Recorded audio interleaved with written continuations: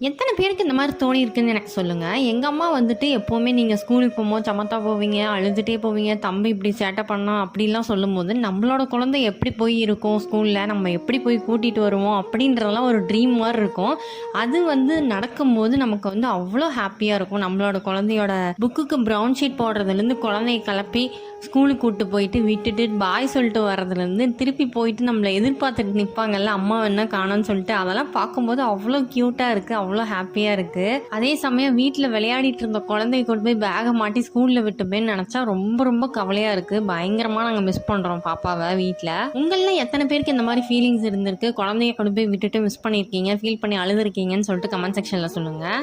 நீங்கள் நம்ம சேனலுக்கு புதுசாக இருக்கீங்க அப்படின்னா மறக்காமல் சப்ஸ்கிரைப் பண்ணிக்கோங்க. பக்கத்தில் இருக்க பெல் பட்டனையும் கிளிக் பண்ணிக்கோங்க. இனிமேட்டு பாப்பாவுக்கு லஞ்ச் ரெடி பண்ணுவோம். பாப்பாவோட லஞ்ச் என்னென்னு சொல்லிட்டு வீடியோவில் போடுறேன். மறக்காமல் செக் பண்ணி பாருங்கள். அதையுமே இன்னொரு வீடியோவில் பார்க்கலாம். பாய்.